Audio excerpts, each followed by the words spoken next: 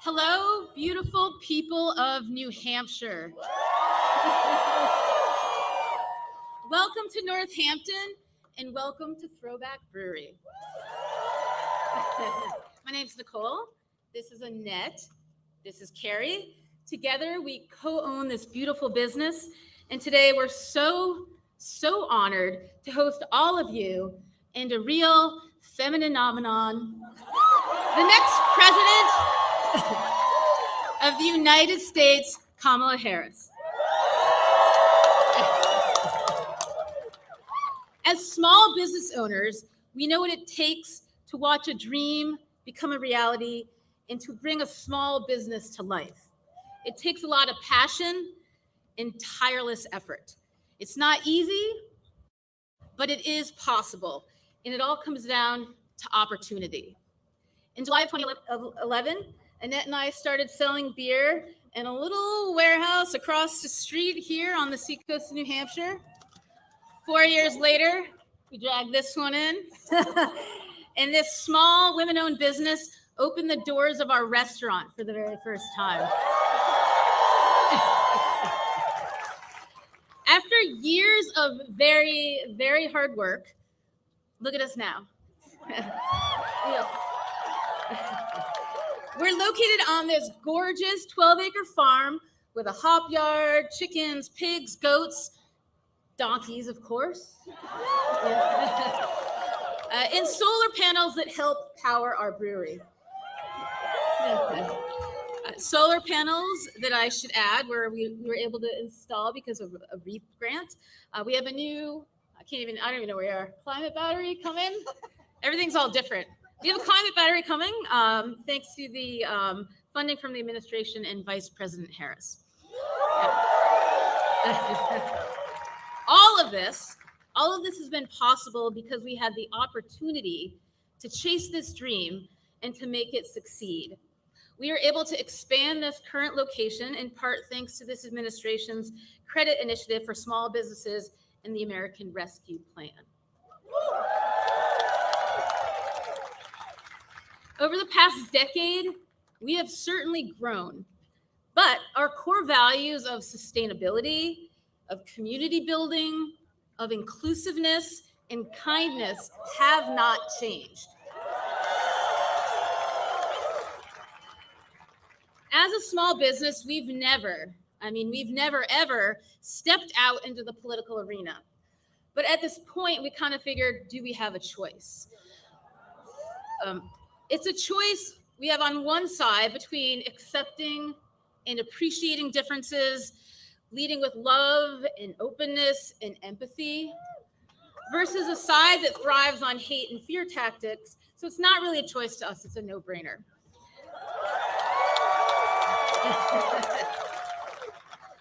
And speaking as the daughter, and I'll try not to tear up here, of a man, the best dad, amazing businesswoman. He was an ultimate feminist, a really kind soul, my best friend. He was also a lifelong Republican, my dad. So to me, this is not about party. It's really about values. And so we're here to say that Kamala Harris shares our core values. She represents the future. She's smart, she's confident, and she leads from a place of goodness, which is really what we care about most. As president, she will build an opportunity economy that is fully focused on the middle class. She'll bring together all of us, entrepreneurs and workers, large and small businesses alike, to invest in America, create jobs, and deliver for all Americans.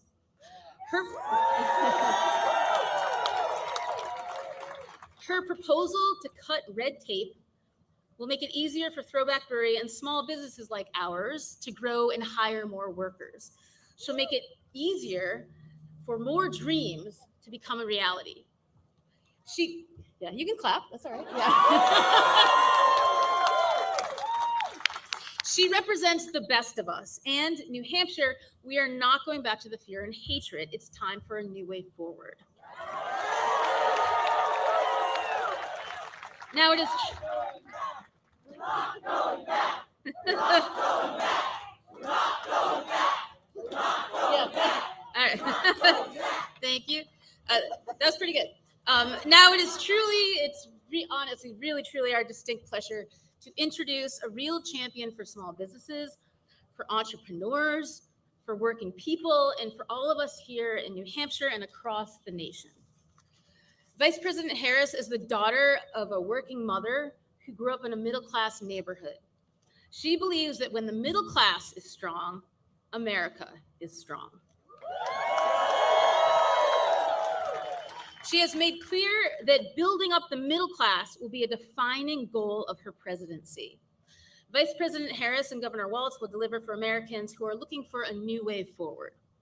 They're fighting for an America where everyone has the opportunity to succeed, the opportunity to build a business and create a better life, the opportunity to not just get by, but to get ahead. Please join us in welcoming to New Hampshire the next President of the United States, Kamala Harris.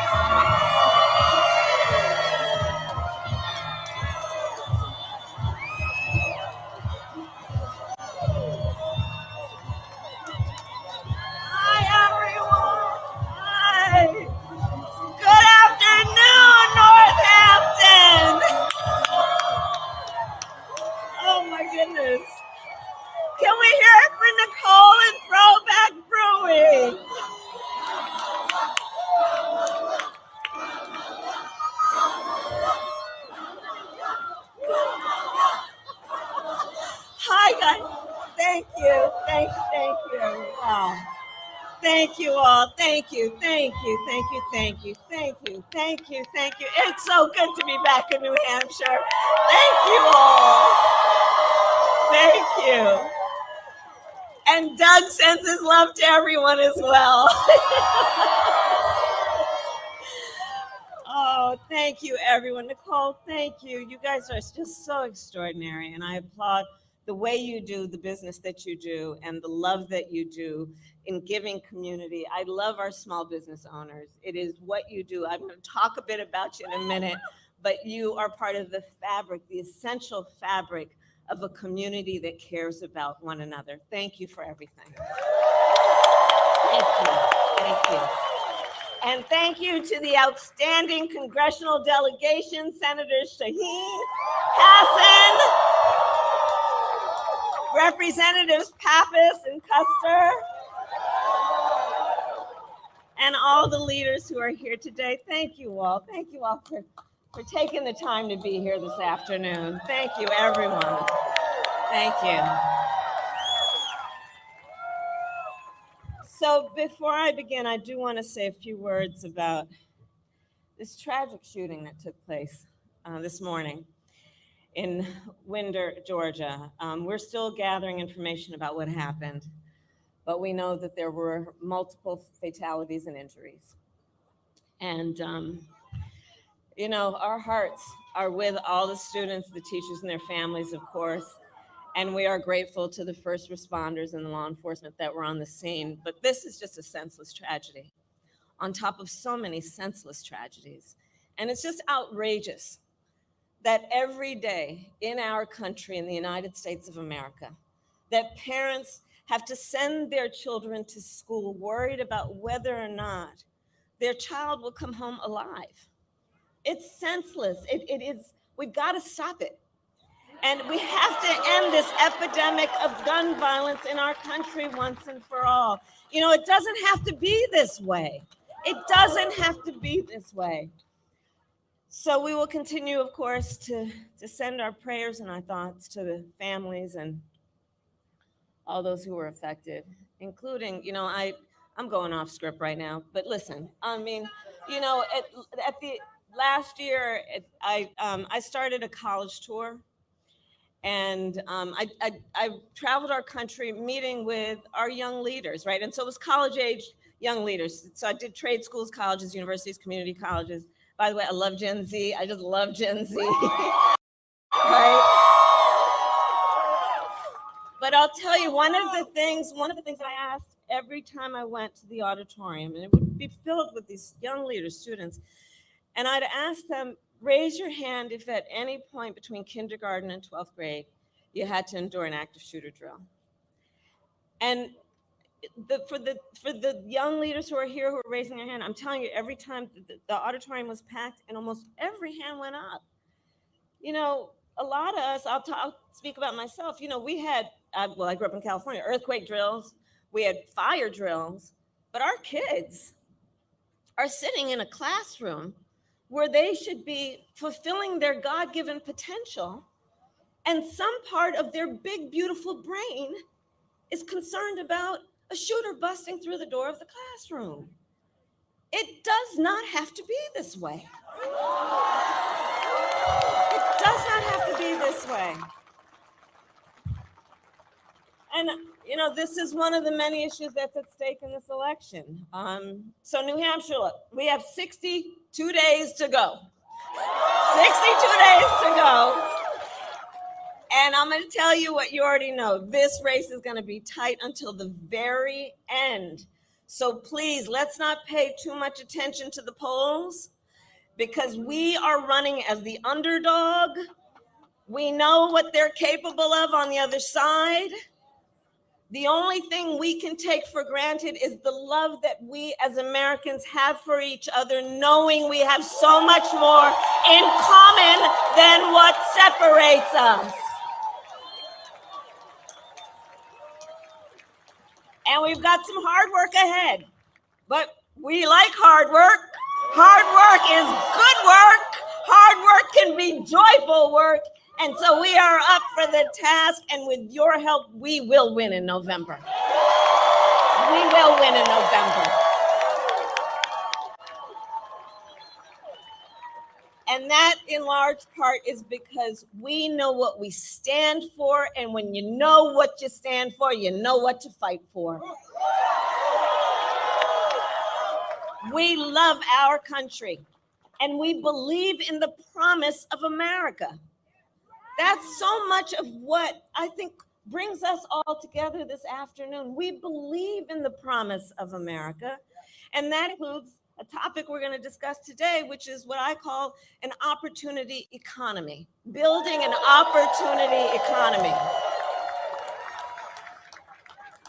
And my vision of an opportunity economy is one where everyone can compete and have a real chance to succeed, where everyone, regardless of who they are, where they start, can build wealth, including intergenerational wealth, where workers are treated with dignity and everyone has the freedom to join a union if they choose, where we remove barriers to opportunity so anyone who wants to start a business can have access to the tools and the resources they need to do that. I believe, and I said it before to Nicole, I believe America's small businesses are an essential foundation to our entire economy. Think about it. Think about it. Small businesses in our country employ half of all private sector workers. Half of all private sector workers own or run a small business or work for a small business. They do trillions of dollars of business every year. They generate revenue that helps repair our roads and pay our teachers. And for all of those who are or know of small business owners, the thing I love about you is that you're not only leaders in business, you are civic leaders. You are community leaders. You are mentors. You hire locally. You believe in the community, and you're part of the glue of the fabric that holds communities together. You provide the local meeting space. You are the types of folks where you know who your regulars are, and when someone's walking in the door and you can tell they've had a bad day, you know exactly what they need. Isn't that the best of who we are? Isn't that the best of who we are? And I've met so many entrepreneurs across the country who take the incredible leap of faith that is required to start a small business. Folks who put their life savings on the line and work through the weekends and holidays, because they aren't just building a business, they're pursuing a dream. They're building a better future for their employees and for the people they love in their communities. And by extension, they're building a stronger middle class and a stronger America for us all.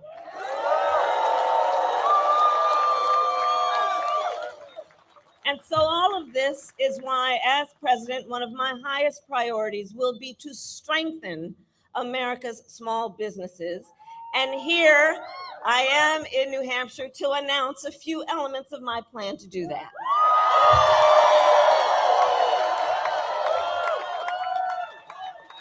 So first, we're going to help more small businesses and innovators get off the ground, okay? Now, I'm setting what some, I'm sure, are going to call a very ambitious goal, but you know what? I think we should admire ambition in each other.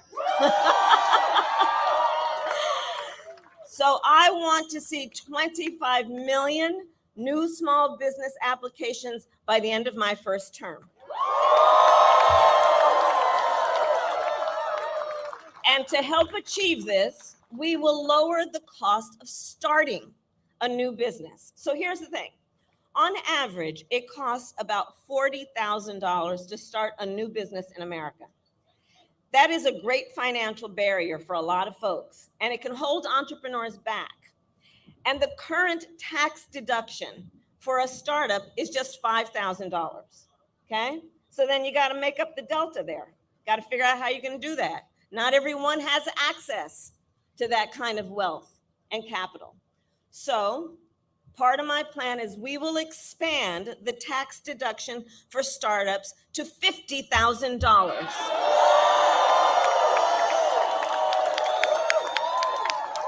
It's essentially a tax cut for starting a small business. Second, my plan will help existing small businesses grow. We will provide low and no interest loans to small businesses that want to expand. And we will, and this is very important, cut the red tape that can make starting and growing a small business more difficult than it needs to be. More difficult than it needs to be. For example, we will make it cheaper and easier for small businesses to file their taxes. Similar to how individuals can take a standard deduction. You know, I said to my team, kind of like, now I'm going to date myself again because they no longer do it, but kind of like, you remember the 1040 EZ? Like that kind of idea, right? Like, let's just take away some of the bureaucracy in the process to make it easier for people to actually do something that's going to benefit our entire economy. Third, my plan will invest in small businesses and innovators throughout America. And here's why. We know that talent exists everywhere in our country, from rural towns to city centers. But not everyone has access to the financing, to venture capital, or expert advice. It's not that they don't have the skills. It's not that they don't have the work ethic. It's access to these resources. So under my plan, we will expand access to venture capital. We will support innovation hubs and business incubators. And we will increase federal contracts with small businesses. And we will have a particular focus on small businesses in rural communities, like right here in New Hampshire.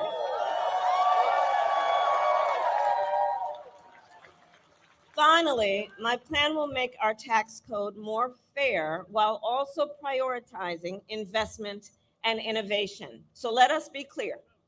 Billionaires and big corporations must pay their fair share in taxes.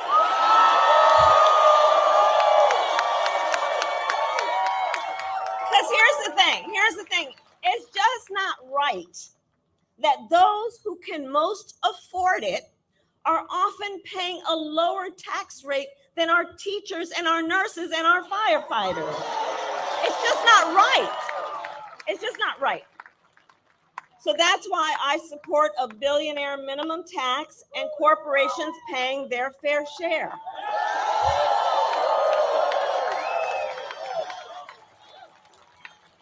And while we ensure that the wealthy and big corporations pay their fair share, we will tax capital gains at a rate that rewards investment in America's innovators, founders, and small businesses.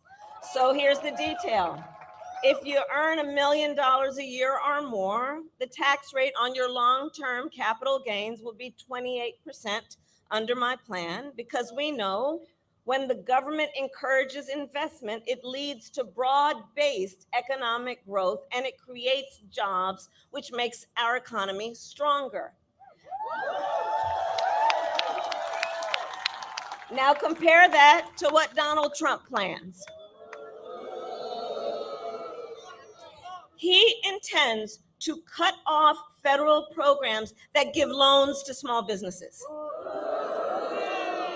He plans to give billionaires massive tax cuts and to cut corporate taxes by over $1 trillion, even as they pull in record profits.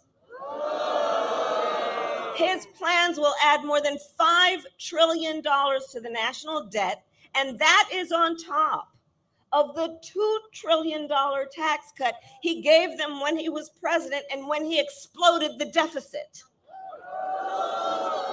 We know how to count. We know how to count.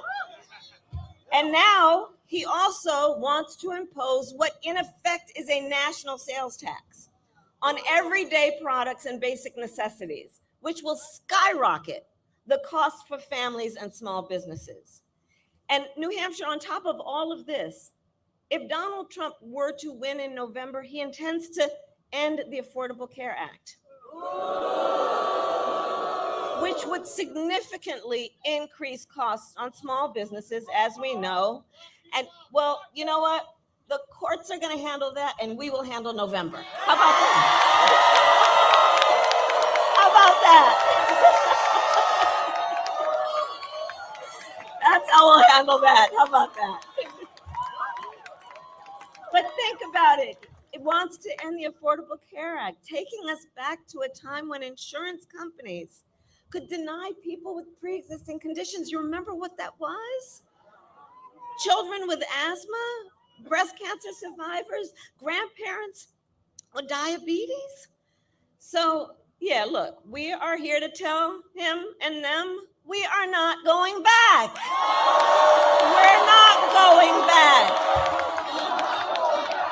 We're not going back. Not going back. Not going back. Not going back.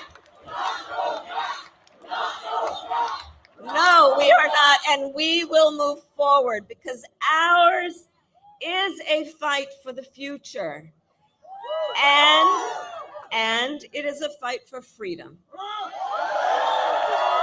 And it is a fight for freedom. Now, I don't have to tell the folks of New Hampshire, the live free or die state, you know the importance of individual freedoms, fundamental freedoms. You know how hard people fought for these freedoms. and that they are foundational to who we are and what we stand for as America, including the fundamental freedom of a woman to make decisions about her own body and not have her government telling her what to do.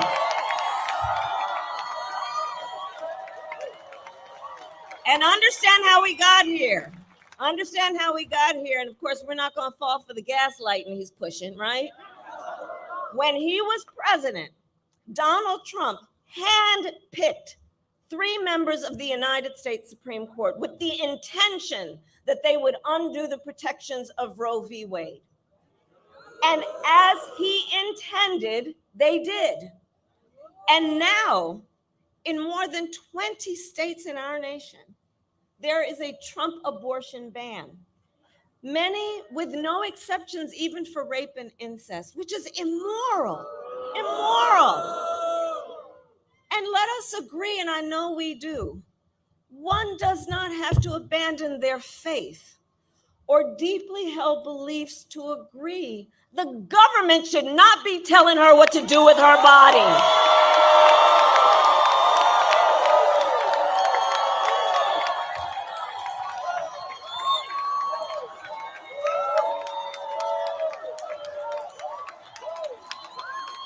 And if he wins, you can be sure Donald Trump will go further. And he will sign a national abortion ban. And you know, Project 2025, which I mean, can you believe they put that thing in writing?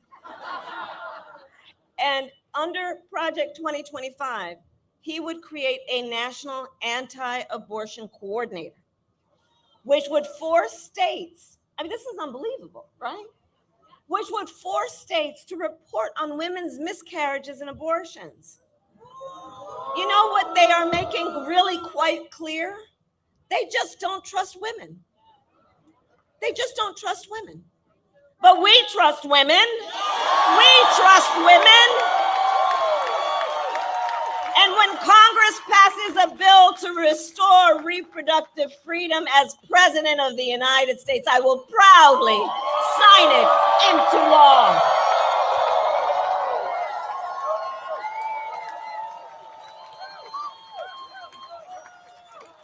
Across our nation,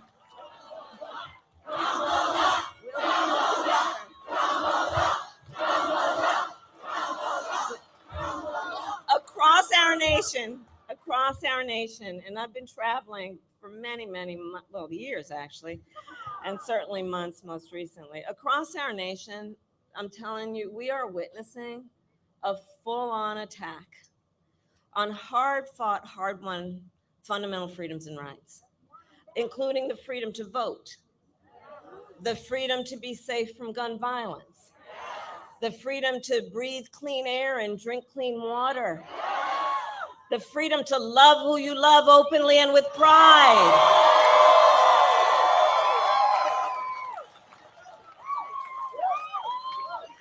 And so here's what I don't have to tell the folks of New Hampshire, because you know it so well, it's part of your DNA. Generations of Americans before us, they fought for freedom and they led the fight for freedom in our country. And now the baton is in our hands. The baton is in our hands. So let us understand, which we do, our purpose at this very moment. Let us remember the broad shoulders upon which we stand and the traditions of this very fight that have led to what we have been able to accomplish. And let us understand then that when we say fight, it is a fight for something, not against something. It is for something. That's what we're talking about when we talk about a new way forward. This is for something. And so, as an example, let us finally pass the John Lewis Voting Rights Act and the Freedom to Vote Act. Let us finally pass an assault weapons ban and universal background checks and red flag laws. Because we are clear on that point, it is a false choice to say you're either in favor of the Second Amendment or you want to take everyone's guns away. I'm in favor of the Second Amendment, and I know we need reasonable gun safety laws in our country.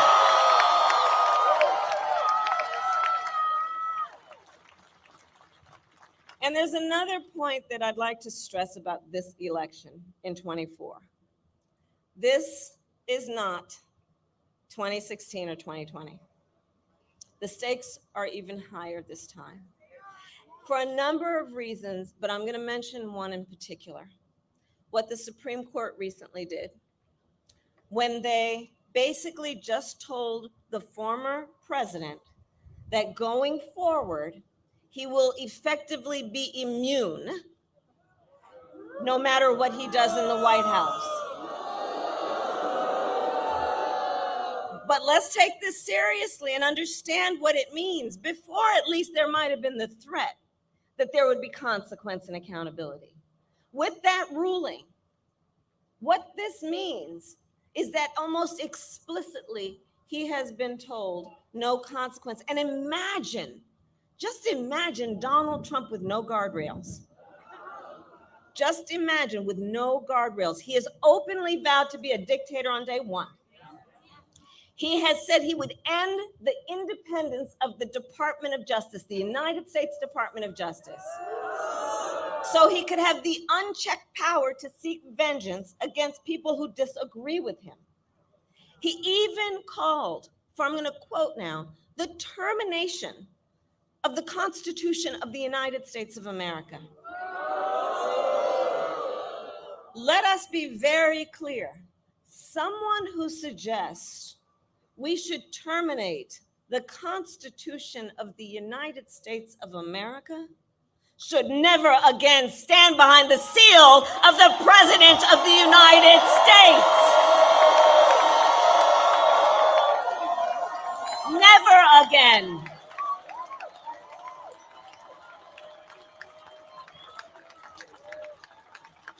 So I'll end where I started. When it comes down to it, we are all here together because we love our country.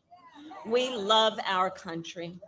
And we know the privilege and pride that comes with being an American. And I do believe it is one of the highest forms of patriotism to fight for the ideals of our country. That is how we realize the promise of America.